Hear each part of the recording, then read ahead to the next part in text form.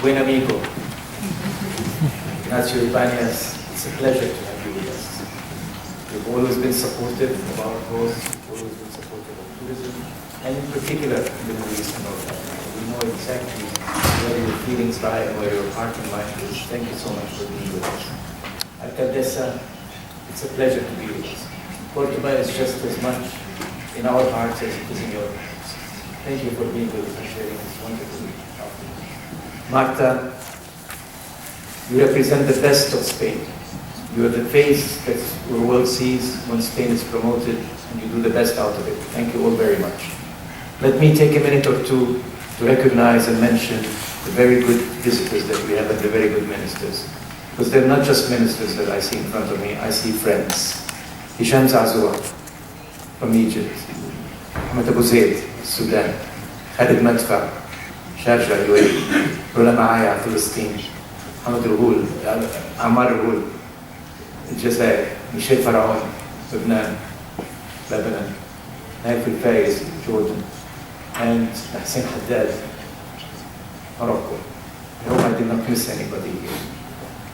And the wonderful ambassadors that are sitting behind them, they have all become friends and we know them one by one. Ladies and gentlemen, Assalamu alaikum wa rahmatullahi wa barakatuh. It's a pleasure to open this fourth edition UNWTO Casa Arabe Forum. Our partnership with Casa Arabe, and I welcome your presence with us and I congratulate you on your new assignment as head of Casa Arabe. You're going to see so much cooperation from our side. I assure you that and I commit myself to it. It's a pleasure to be here in Fitu, in Madrid, and to welcome the ministers of tourism of the Arab world, the MENA region, the Middle East and North Africa. Ladies and gentlemen,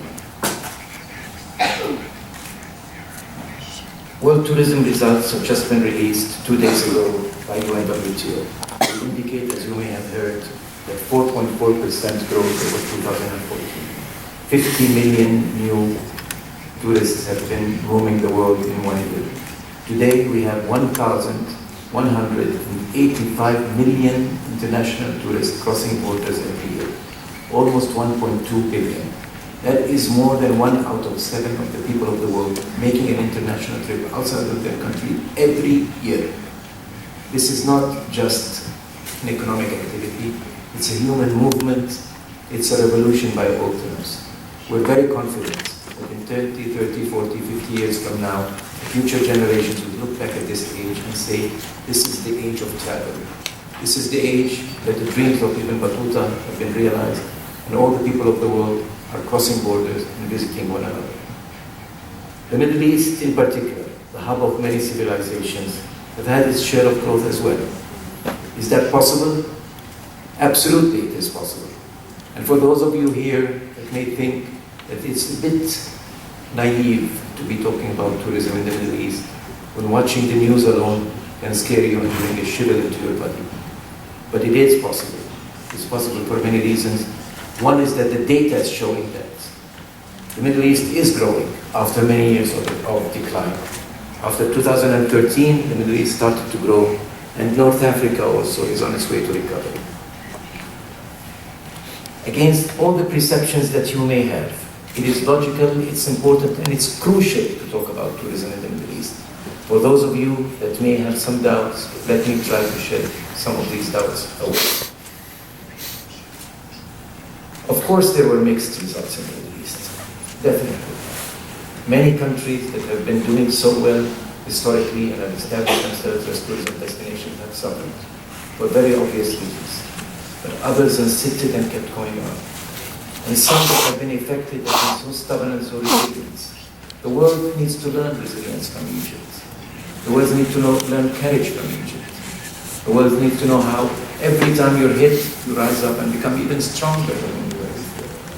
It doesn't affect you. It makes you harder, it makes you stronger.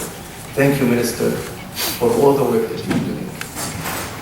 The story of tourism in the Middle East is a story of mixed description. One, it is a success story without doubt. Today, we have over 60 million international visitors coming to the Middle East from all other parts of the world. This is a growth that was tripled in less than 10 years. Tripled in less than 10 years. So without doubt, anybody that has any doubts, the story of tourism in the Middle East is a story of success. But it is also a story of resilience. Look at Egypt, look at Tunis, and what it has done in the face of the forces of darkness that try to bring it back to many years behind. It stood so firm, it stood so strong, and it survived, and it will. Because they believed in tourism, not just as a crucial economic sector, but as a crucial human activity that's the right of everyone, that brings better life to people, and that makes the life on earth a better place to be. Ladies and gentlemen, our forecast for 2016 is that tourism will grow again in 2016 for the third consecutive year in a row, with a minimum of 2%, a maximum of 5%. This is a very well-studied, very well-balanced forecast. Our long-term forecast for 2030 that was issued 2 years ago forecasts that the Middle East and North Africa will receive 195 million international tourists in 15 years. That is triple the amount that we receive now, which is close to 70 million. This is benefiting to establish this destination as a worldwide destination. My dear friends, it is very important to establish some facts on the ground so that we know what we're talking about and we're not accused of being naive. Nobody is denying the challenges and the difficulties that are coming from the Middle East. There are many barriers still, many changing consumer patterns, many technological changes, many business models are changing.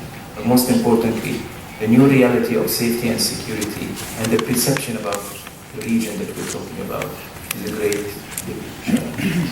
But that's a challenge that would never, ever make us set back on this. I'm saying this from a country that knows exactly how to establish success, from Spain.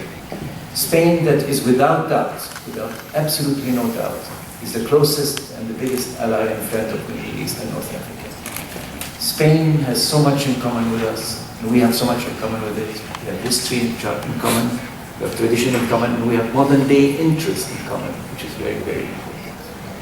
Let me, in conclusion, because I'm looking forward to see the debate here, and I don't want to bore you with so much talk, but I would like to address a few words in Arabic, if you would allow.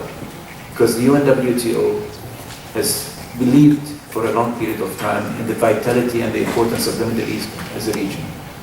So much so that it has selected a Secretary General from that region. And I'm very proud to be one of them.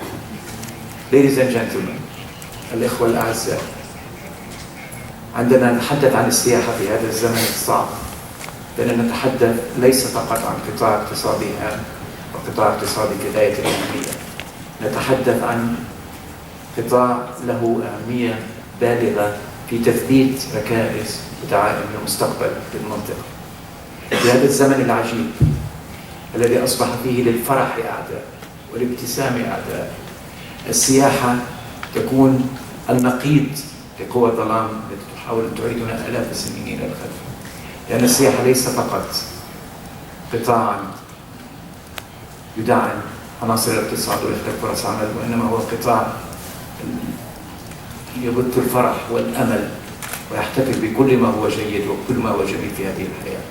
إنه قطاع المستقبل، ولهذا يجب أن ندعمه ونحافظ عليه. Ladies and gentlemen, thank you so much for being with us today. This is one of the most important activities in Fitur. I thank you all very much. Shukran wa assalamu alaikum.